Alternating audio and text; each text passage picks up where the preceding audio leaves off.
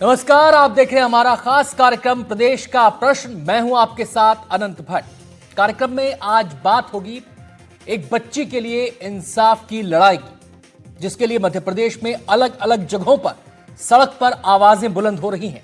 ये मामला है रायसेन का, जहां एक 6 साल की बच्ची के साथ दुष्कर्म किया गया और सलमान नाम के जिस हैवान ने ये घिनौना काम किया वो अब तक पुलिस की गिरफ्त में नहीं आ पाया है। वारदात को 5 दिन बीत चुके हैं। सड़कों पर लगातार लोगों की नाराजगी देखी जा रही है। रायसेन में तो बात पथराव और पुलिस के लाठीचार्ज तक पहुंच गई। जिले के एसपी पर सीएम एक्शन ले चुके हैं। पुलिस भरोसा दे रही है कि जल्द आरोपी सलमान पकड़ा जाएगा, लेकिन सवाल है आखिर कब? आखिर आरोपी कहां गायब हो गया? आखिर कब उस बच्ची को इंसाफ मिलेगा? ये सवाल केवल एक मासूम बच्ची का नहीं, बल्कि हर बच्ची की सुरक्षा से जुड़ा है। हर पहलू पर विस्तार से बात होगी।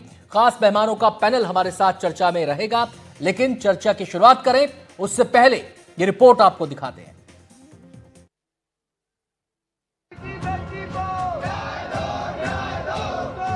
नारेबाजी, आक्रोश रैली, अफरा तफरी, भगदड़। आक्रोश की ये सुलगती हुई तस्वीरें रायसेन के गौहरगंज से सामने आई है।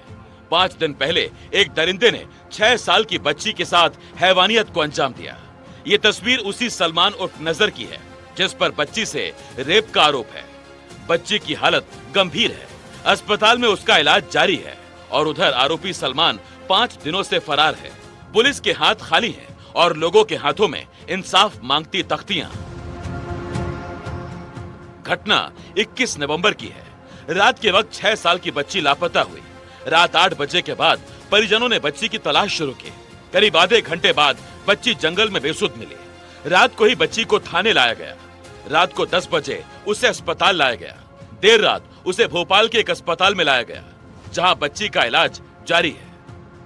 घटना को 5 दिन बीत गए, मगर रेप का आरोपी सलमान पुलिस की गिरफ्त से बाहर है। थाने के बाहर प्रदर्शन से शुरू हुआ लोगों का गुस्सा पत्थरबाजी तक जा पहुंचा। तो ये पत्थर, हाँ ये पत्थर पुलिस पर काफी तैनात देखा जा रहा है। यहाँ पर लाठीचार्ज भी हुआ है और पथराव भी हुआ है। इस पथराव को देखते हुए यहाँ वह माहौल बना हुआ है, अफरा तफरी का माहौल, अफरा तफरी का माहौल देखा जा रहा है। पत्थरबाजी के दौरान पुलिस ने लाठीचार्ज कर प्रदर्शनकारियों को खदेड़ा। अब गुस्साए लोग सलमान की जल्द गिरफ्तारी और उसे फांसी दिए जाने की मांग कर रहे हैं। मैं ये चाहता हूँ, एक दिन में लॉकडाउन बंद हो सकता है, नोटबंदी हो सकती है, सब कुछ हो सकता है। हमारी गांव की बेटी को 5वां 6वां दिन है तो इंसाफ को नहीं मिल सकता। आप आए हो धरने पर? हम यही चाहते हैं कि हमारे आपसे कुछ नहीं हो पा रहा है ना, तो हमसे बोल दो, हमारे हवाले कर दो उसको। नहीं हो पा रहा है ना, तो हमारे हवाले कर दो, हम उसको हमारे हिसाब से सजा देंगे। सिर्फ युवा ही नहीं, बल्कि महिलाओं और बच्चों ने भी शांतिपूर्ण धरना दिया और जमकर नारेबाजी की। महिलाएं हाथों में बच्ची को इंसाफ दिए जाने की तख्तियां लेकर बैठी थी। महिलाओं ने एक सुर में दोषी को फांसी दिए जाने की मांग की। मांग यही है, बलात्कारी को फांसी दो। फांसी दो जी। फांसी के लिए महिलाएं बैठी है धरने पर। क्या नाम है आपका? राधा कुशवाहा। क्या कर रही हो, क्या मांगे आप? मेरी यही मांग है, दरिंदे को फांसी दो, फांसी दो। रायसेन आक्रोश की आग में जल रहा है। 5 दिनों से लगातार धरना प्रदर्शन जारी है। सरकार भी मामले की गंभीरता समझ रही है। इसीलिए मंगलवार देर रात ही सीएम डॉक्टर मोहन यादव खुद पुलिस हेडक्वार्टर पहुंचे और जिले के एसपी को हटाकर सीनियर अधिकारियों को मामले की कमान दे दी गई। पुलिस की कई टीमें सलमान की तलाश में जुटी हुई हैं। उधर मामले पर सियासत भी शुरू हो गई है। कांग्रेस प्रदेश अध्यक्ष जीतू पटवारी पीड़ित से मिलने अस्पताल पहुंचे, लेकिन फिर सीधा कानून व्यवस्था पर बरस पड़े। सरकार को ये संज्ञान लेना ही पड़ेगा कि 20 बेटियों की रोज बलात्कार हमारे मध्य प्रदेश में हो रहा है, तो कानून के नाम का कोई खौफ बचा नहीं है। तो आदरणीय मुख्यमंत्री जी, ये आरोप प्रत्यारोप का विषय नहीं है। ये घटना मध्य प्रदेश में आए दिन छोटे बच्चों के साथ जिस तरह की घटती है, ये हम मध्य प्रदेश का शर्म शर्म से नीचे होता है। मैं आग्रह करता हूँ पुलिस प्रशासन से, आग्रह करता हूँ मुख्यमंत्री जी से, इसको किसी भी प्रकार की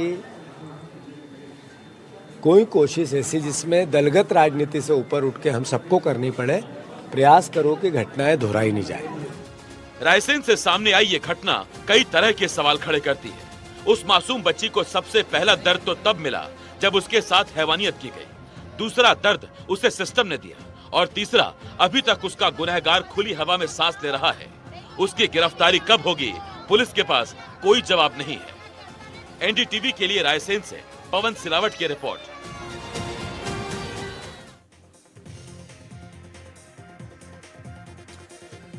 तो जिस बच्ची का यहां पर जिक्र हो रहा है वो अभी भी अस्पताल में है। परिजन परेशान हैं, दुखी हैं। मन में एक ही सवाल है कि बच्ची कब तक ठीक हो पाएगी, बच्ची को इंसाफ कब तक मिल पाएगा, वो हैवान पुलिस की गिरफ्त में कब तक आ पाएगा जिसने इस बच्ची को इस हालत में पहुंचाया है। और ये केवल एक परिवार का मसला नहीं है, ये पूरे समाज का मसला है। और समाज के लोग सड़कों पर उतरकर क्या चाहते हैं ये बता रहे हैं। गुस्सा काफी है, आक्रोश काफी है। एक ही मांग उठ रही है कि जिसने ये दुष्कर्म किया है, ये जिसने हैवानियत की है, उसे सख्त से सख्त सजा दी जाए। लेकिन सजा तो तब मिलेगी जब पहले वो हैवान पकड़ में आए। पुलिस कह रही है कि हम कोशिश कर रहे हैं, जल्द ही उसे पकड़ लिया जाएगा। सीएम मोहन यादव खुद एक्टिव हैं, खुद पुलिस हेडक्वार्टर गए थे। जिले के एसपी को हटा दिया गया। अधिकारियों से कहा गया है कि जांच तेज की जाए। लगातार 5 दिन हो चुके हैं इस घटना को और लगातार सड़कों पर विरोध प्रदर्शन हो रहा है। तमाम पहलुओं पर हम विस्तार से चर्चा करेंगे। हमारे साथ खास मेहमान जुड़ चुके हैं, 3 मेहमान इस समय हमारे साथ हैं। वाणी अहलुवालिया जी हमारे साथ हैं, बीजेपी की प्रवक्ता। इसके अलावा हिमानी सिंह कांग्रेस की प्रवक्ता भी हमारे साथ थोड़ी देर में जुड़ जाएंगी। आर बंसल साहब हैं जो कि डीएसपी रहे हैं मध्य प्रदेश में। डॉक्टर सत्यप्रकाश शर्मा हैं, वरिष्ठ पत्रकार हैं। सभी मेहमानों से आज इस मुद्दे पर हम चर्चा करेंगे। सबसे पहले मैं वाणी जी का यहाँ पर रुख करना चाहूँगा। वाणी जी, आप भी खबरें देख रही होंगी, अखबार भी पढ़ती होंगी, वेबसाइट्स भी पढ़ती होंगी, टीवी भी देख रही होंगी। लोग परेशान हैं मैडम, लोग गुस्से में हैं। सवाल एक ही है, ये हो क्या रहा है? सबसे पहले एनडीटीवी के श्रोताओं को नमस्कार करूंगी। मेरे साथ जो विद्वान जन है आप सबको भी प्रणाम करती हूँ। बहुत संवेदनशील मुद्दा है। मैं एक माँ हूँ और समझ सकती हूँ कि वो माता पिता की पीड़ा, उस परिवार के ऊपर इतना बड़ा संकट और समाज के लिए ये कितनी बड़ी दुर्भाग्यपूर्ण घटना है। पर हमारे परिवार के मुखिया डॉक्टर मोहन यादव ने कल संवेदनशीलता अपनाते हुए, जैसे वो पूर्व में भी उन्होंने किया है, उन्होंने 8 बजे पुलिस महकमे में जाकर इस पूरे वाकयात के ऊपर जो भी दिशा निर्देश दिए हैं, जो कार्यप्रणाली के लिए उन्होंने बहुत सख्त कार्रवाई के लिए आदेश किए हैं, और उन्होंने डिसिप्लिनरी एक्शन के तहत ये बहुत स्पष्ट और साफ कर दिया है कि पुलिस प्रशासन को चुस्त और दुरुस्त होना चाहिए।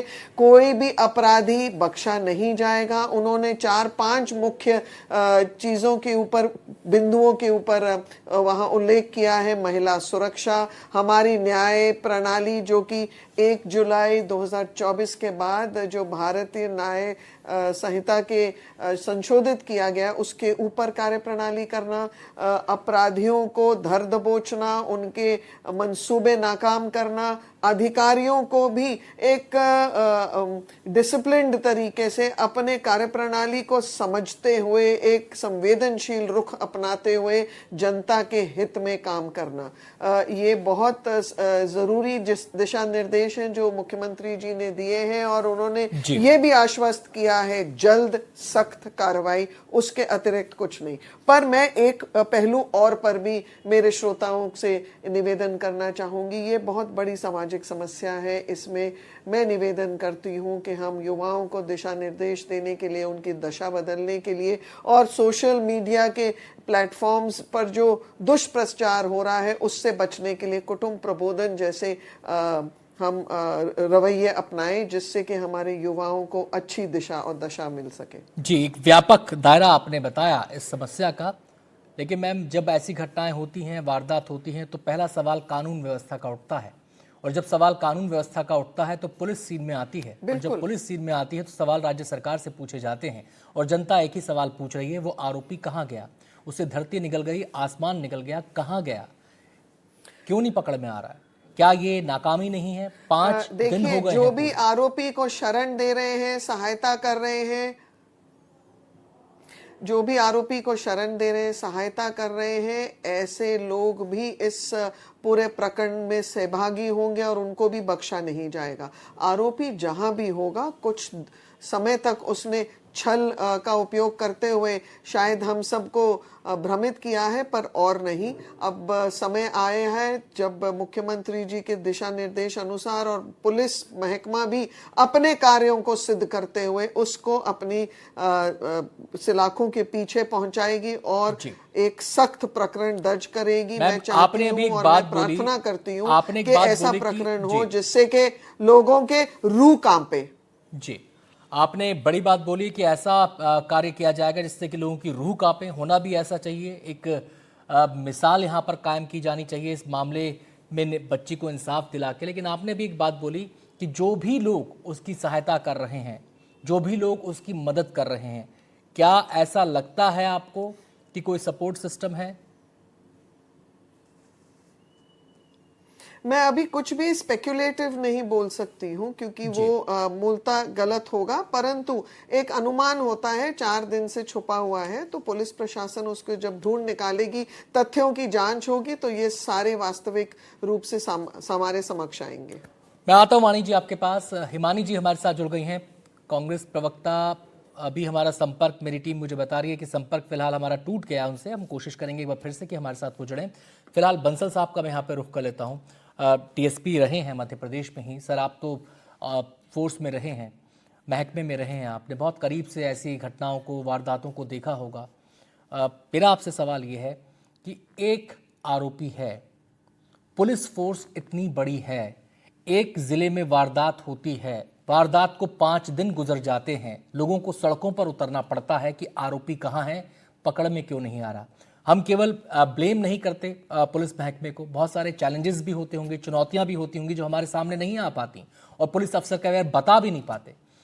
क्या चैलेंज, क्या चुनौती इस समय आप देख रहे हैं? लोगों के जहन में तो एक ही सवाल है, एक ही आरोपी है, क्यों नहीं पकड़ में आ रहा? अनंत जी, देखिए, ये आपका सवाल जायज है। पहले तो मैं ये बताना चाहूंगा कि जो 21 तारीख को एक नाबालिग बच्ची के साथ जो एक आरोपी ने ऐसा मतलब नरपिशाच टाइप का घटना किया है, इसके लिए मैं उसकी घोर निंदा करता हूं। और मैं ये बताना चाहता हूं कि देखिए, अपराधी की अपराध करने के लिए कोई तिथि, समय या स्थान निश्चित नहीं होता है जी, ऐसे अपराधों के लिए। जी, ये उसकी एक विकृत मानसिकता है और इस विकृत मानसिकता के कारण ही ये ऐसे नरपिशाच लोग जो है इस समाज में ऐसी दंड की घटना करते हैं। इसके लिए यह निश्चित तौर पर है कि ऐसे अपराधियों को पकड़ा जाना चाहिए, तत्काल पकड़ा जाना चाहिए, और पुलिस ने इस पर तत्काल कार्रवाई की है। लेकिन अभी तक अपराधी नहीं पकड़ा गया है, ये कहीं ना कहीं पुलिस का फेल्योर है जी। इस पर पुलिस को अब तक अभी जब माननीय सीएम साहब के जहन में ये घटना आई और जब जन आक्रोश बढ़ा, तो इस पर पुलिस ने बहुत वृहद रूप में तलाशी अभियान शुरू कर दिया है, जिसमें करीब 20 टीमें और 300 पुलिसकर्मी तलाश के लिए लगे हैं। अब देखिए, मैं बताना चाहूंगा कि अगर ऐसी घटना घट रही है तो निश्चित तौर पे उस परिवार के ऊपर और पूरे समाज के ऊपर क्या बीतता है, ये हम आप सब जानते हैं। लेकिन एक विरोध करना भी स्वाभाविक है, लेकिन विरोध करने का तरीका भी संवैधानिक होना चाहिए। इस पे मैं आग्रह करता हूं सभी से जी। अगर इस तरह का उग्र प्रदर्शन करके पुलिस को मतलब उसको भ्रमित रखेंगे या किसी तरह से उसको आरोपी तक ना पहुंचने के लिए इसमें व्यवस्थित रखेंगे, तो हम सोचेंगे कि उनको कम से कम बंसल सर, आपने जो बात कही, जाहिर सी बात है कि आप प्रदर्शन कीजिए, सड़क पर उतरिए, आवाज बुलंद कीजिए और उस आवाज के जरिए दबाव बनाने की कोशिश कीजिए, लेकिन हिंसा नहीं होनी चाहिए, किसी भी रूप में हिंसा का खंडन नहीं करना चाहिए। मैं आपकी इस बात से सहमत हूं, लेकिन कई बार भावनाएं उफान पर होती हैं तो ऐसे दृश्य भी सामने आते। मेरा सवाल सर आपसे ये है, आपने बताया कि लगता ऐसा है कि पुलिस का फेलियर कहीं ना कहीं तो इसमें है। अब यहाँ पे 2 चीजें आ रही हैं।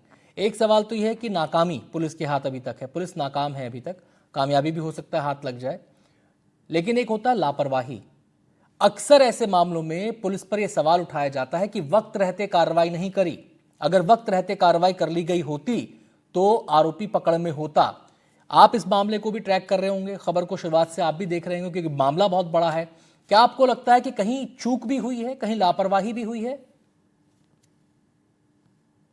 देखिए, पुलिस को जिस तरह से जब जिस समय भी घटना की जानकारी मिलती है, ऐसे अपराधों में तत्काल पुलिस एक्शन में आ जाती है जी। और गौहरगंज पुलिस, रायसेन पुलिस तत्काल एक्शन में आई हुई है।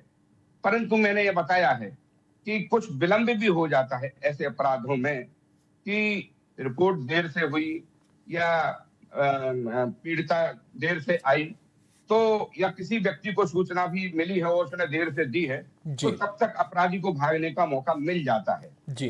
तो मेरा कहना यह है कि ऐसी रिपोर्ट अगर आती है तो मुझे तो लगता है कि पुलिस को साथ साथ समाज को भी आगे आना चाहिए कि ऐसे अपराधी को कोशिश करे कि उसको किसी तरह से गिरफ्त में लाएं और पुलिस भी उसको गिरफ्तार करे और कानूनी कार्रवाई आता हूं सर, आपने जो बात कही उस पर भी मेरा एक सवाल है, लेकिन पहले मैं डॉक्टर सत्यप्रकाश शर्मा का यहां पर रुख करना चाहूंगा।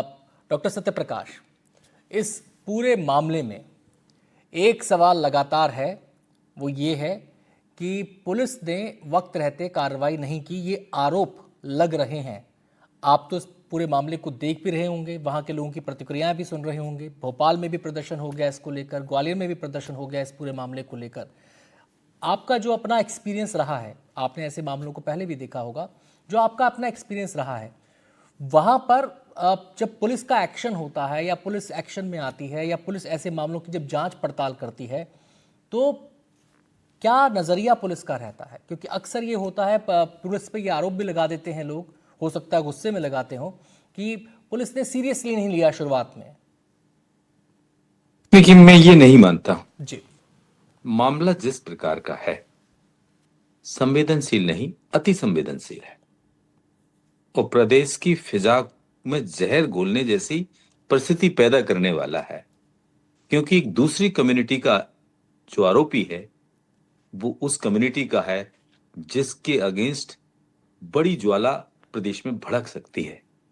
ऐसे में पुलिस हमेशा अलर्ट मोड में रहती ही रहती है जी। लेकिन ये ऑर्गेनाइज क्राइम नहीं है, ये तात्कालिक परिस्थितियों से निर्मित मानसिक विकृति के कारण उत्पन्न क्राइम है।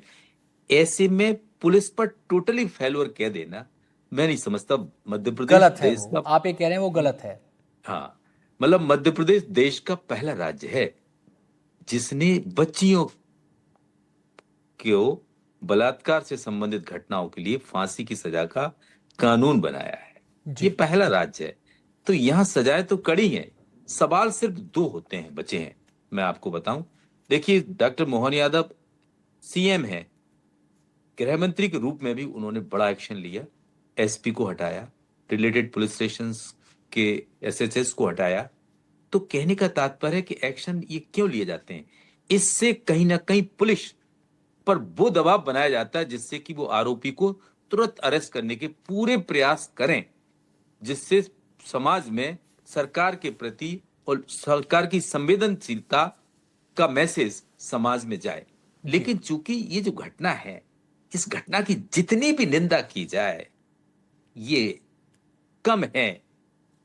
ये देश के अंदर, मध्य प्रदेश में लोगों में किसी भी जाति, किसी भी धर्म के हो, इंसान तो इंसान होता है, शैतान तो नहीं होता है। हमारी मानवता जा किस तरफ रही है, यानी कि कहीं ना कहीं हमारी शिक्षा, चाहे वो किसी भी वर्ग को दी जा रही हो, किसी भी समुदाय को दी जा रही हो, उसमें कुछ ना कुछ वो चीजें नहीं आ रही जो भारतीय संस्कृति को, भारतीय इतिहास को दुनिया का सबश्रेष्ठ सिविलाइजेशन के रूप में देखती है। वो चीजें जा आ रही हैं। भारत में रहने वाला व्यक्ति ऐसा भी कर सकता है। मेरा तो ये मानना है कि कानून अपने आप में बड़ा सख्त है, पुलिस को सख्त होना ही पड़ेगा। मैं इसी सवाल पे आ रहा था सर आपके पास। मेरा सवाल, आनंद जी एक मिनट, हाँ, आना ही पड़ेगा। लेकिन एक महत्वपूर्ण चीज है प्रोसिक्यूशन। अक्सर होता क्या है कि एविडेंसेस के अभाव में अज्ञानता के कारण, पूरा ज्ञान ना होने, जो इन्वेस्टिगेशन ऑफिसर होता है, कई बार ऐसे मामलों का अपराधियों को कोर्ट में फायदा भी मिल जाता है। इसलिए पहले, सबसे पहले तो उसको गिरफ्तार करने का मामला आता है।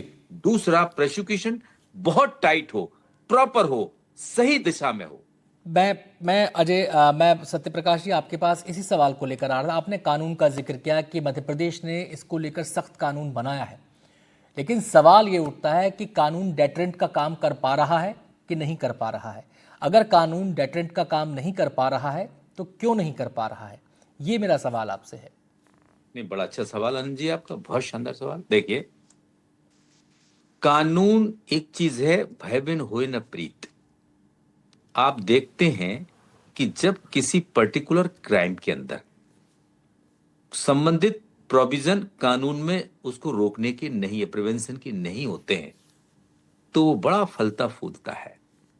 लेकिन जब कोई कानून बन जाता, जैसे फॉर एग्जांपल इनकम टैक्स देने का अगर कानून ना होता तो क्या लोग सरकार को पैसा देते? कभी नहीं देते। तो कानून का भय तो होता है जी, लेकिन कानून का भय कब? उसका एग्जीक्यूशन, उसका इंप्लीमेंटेशन, उसका प्रचार प्रसार, या उसके तहत पकड़े गए लोगों को, एक देशी कहावत है, कौआ लटकाना। एक कौआ लटका दो तो सब कौआ राइट हो जाते हैं।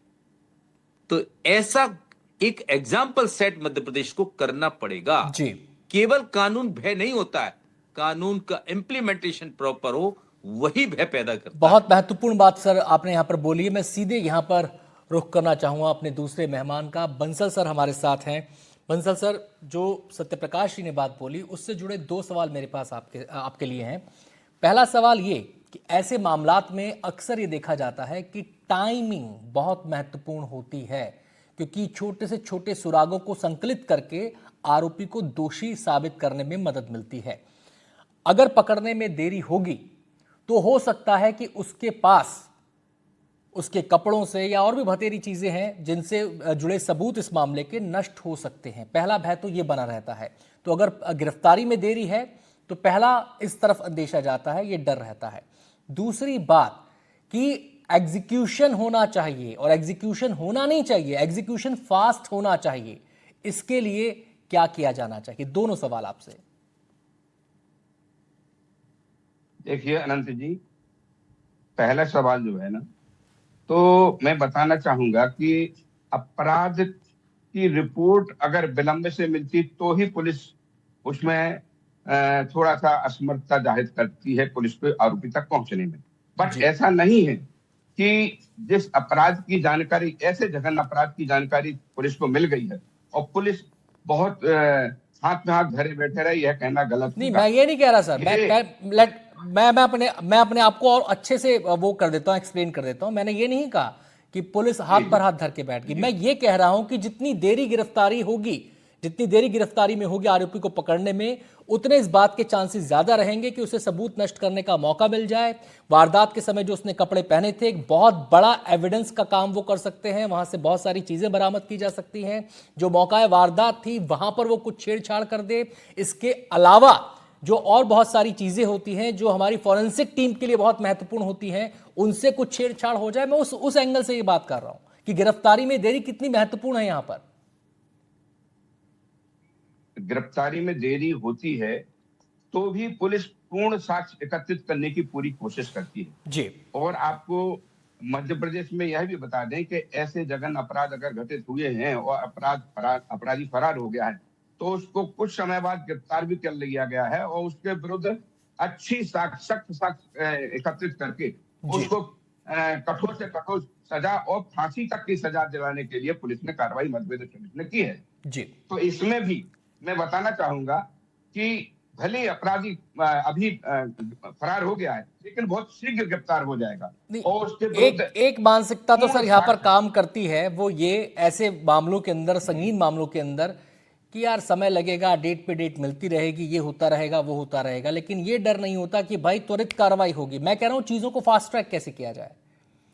वारदात हुई, 6 महीने के अंदर जस्टिस मिल जाए, 6 महीने के अंदर फैसला आ जाए, 3 महीने के अंदर फैसला आ जाए। ऐसे एग्जाम्पल सेट हुए इस देश के अंदर, ऐसे एग्जाम्पल राज्यों ने सेट किए हैं इस देश के अंदर।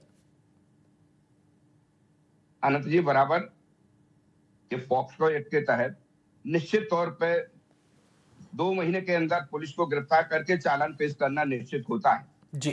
और यह भी बताना चाहूंगा कि 6 महीने फास्ट ट्रैक कोर्ट के तहत 6 महीने के अंदर इसमें इसका संवेदनशीलता के साथ फैसला करना भी आवश्यक होता है और ऐसा देखा भी गया है कई प्रकरणों में कि संवेदनशीलता के साथ कोर्ट ने फैसले भी किए हैं और अपराधी को फांसी के फंदे। मैं आता हूं बंसल जी, और हमें यह भी देखना होगा कि इस मामले में भी उतना ही तेजी से एक्शन होना चाहिए। पहली प्रायोरिटी आरोपी को गिरफ्तार करना। हिमानी जी का मैं यहाँ पे रुख करना चाहूंगा, कुछ तकनीकी बाधाओं के कारण हमारे साथ शुरुआत से वो नहीं जुड़ पाए। हिमानी जी, पूरा मसला आपके भी संज्ञान में है, इसके तमाम A to Z आप सब कुछ जानती हैं, आपका नजरिया इस पर क्या है, आप क्या कहना चाहती हैं?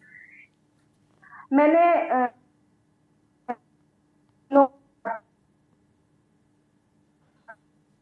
मैं जब स्कूल में पढ़ा करती थी तो मेरे पिताजी कहा करते थे कि रिजल्ट जब आएगा तब ये नहीं देखा जाएगा कि आपको बुखार हो रहा था, आपकी तबीयत खराब थी, आपके घर में शादी थी या क्या था। सिर्फ रिजल्ट मायने रखता है कि आप फेल हुए, पास हुए या बहुत अच्छे नंबरों से पास हुए। तो जितनी भी चीजें भारतीय जनता पार्टी की हमारी माननीय प्रवक्ता जी ने बोली या अभी जो बंसल साहब बोल रहे थे, इससे कोई मायने नहीं रखता। एक कहावत होती है, भूतो न भविष्यति। ये हमारे यहाँ पर इस महिला अपराध के मामले में, बच्चों के साथ होने वाले अपराधों में शायद कहीं भी फिट नहीं होती, हमेशा भूतकाल में भी होते आ रहे हैं। और जिस तरह की स्थिति इस केस की बात दिखाई दे रही है, तो मुझे बहुत दुख के साथ कहना पड़ रहा है कि भविष्य में भी हम इस तरह की डिबेट में बैठे रहने की उम्मीद मुझे नजर आ रही है। अगर सभी इतने एक्टिव होते जितने दावे किए जा रहे हैं, तो आज वो अपराधी पहले तो ऐसा करने की हिम्मत नहीं करता। जैसा कि मेरे से पूर्व वाले एक प्रवक्ता ने कहा था कि जिस तरह हम टैक्स देते हैं और लोगों को डर होता है, तो सिर्फ टैक्स देने का डर ना होकर अगर लोगों के मन में अपराधों के प्रति, उनकी सजा के प्रति भी डर होता। और एक चीज और मैं क्लियर करना चाहती हूँ आपके चैनल के माध्यम से दर्शकों को, कि हमारे प्रदेश में प्रावधान लाया गया था बलात्कार में भी फांसी की सजा का, लेकिन अभी तक एक भी केस में हम ऐसी नजीर पेश नहीं कर पाए हैं कि हम किसी को, बलात्कारी को फांसी दे पाए हों। तो जब इस तरह की चीजें सामने आती रहती हैं, अपराधियों में डर नहीं होता, तो समाज जो है इस तरह की स्थिति का सामना करने के लिए मजबूर होता है। और आप और हम सब इस तरह की दुखद डिबेटों में बैठे रहते हैं और आगे भी बैठे रहने के लिए हम लोग हमेशा के लिए बाध्य रहते हैं। हर बार हम सोचते हैं कि काश ऐसी डिबेट ना करनी पड़े, अपने विपक्षियों को ना घेरना पड़े, क्योंकि इस मामले में विपक्ष को घेरना कोई भी नहीं चाहता। वो बच्ची जो होती हैं, वो बच्चियां सभी की साझी होती हैं। पर फिलहाल मुझे ये नजर आ रहा है कि परीक्षा जैसे भी दी जा रही है, इसका परिणाम फेल है बिल्कुल। ना आप अपराधी को पकड़ पा रहे हैं, ना आप अपराधों को रोक पा रहे हैं। सिर्फ यहाँ बैठकर हम बातें करें कि वो भी एक्टिव है, वो भी एक्टिव है, वो भी एक्टिव है। जिन चीजों में एक्टिवता दिखाई देती है, वो चीजें सामने साफ नजर आने लगती हैं। और बहुत दुख के साथ मुझे कहना पड़ रहा है कि इस जैसे विषय में जिस पर हमें गर्दन झुकाकर सिर्फ कैंडल मार्च करने के लिए समाज बाध्य रहता है और हम कुछ नहीं कर पा रहे हैं इसके लिए।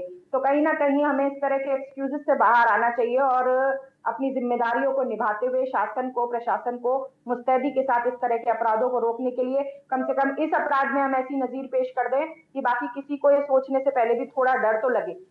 आता हूं हिमानी जी, क्योंकि आपने बातें कही हैं तमाम, और यहाँ पर जो वाणी जी की प्रतिक्रिया है वो लेना जरूरी हो जाता है।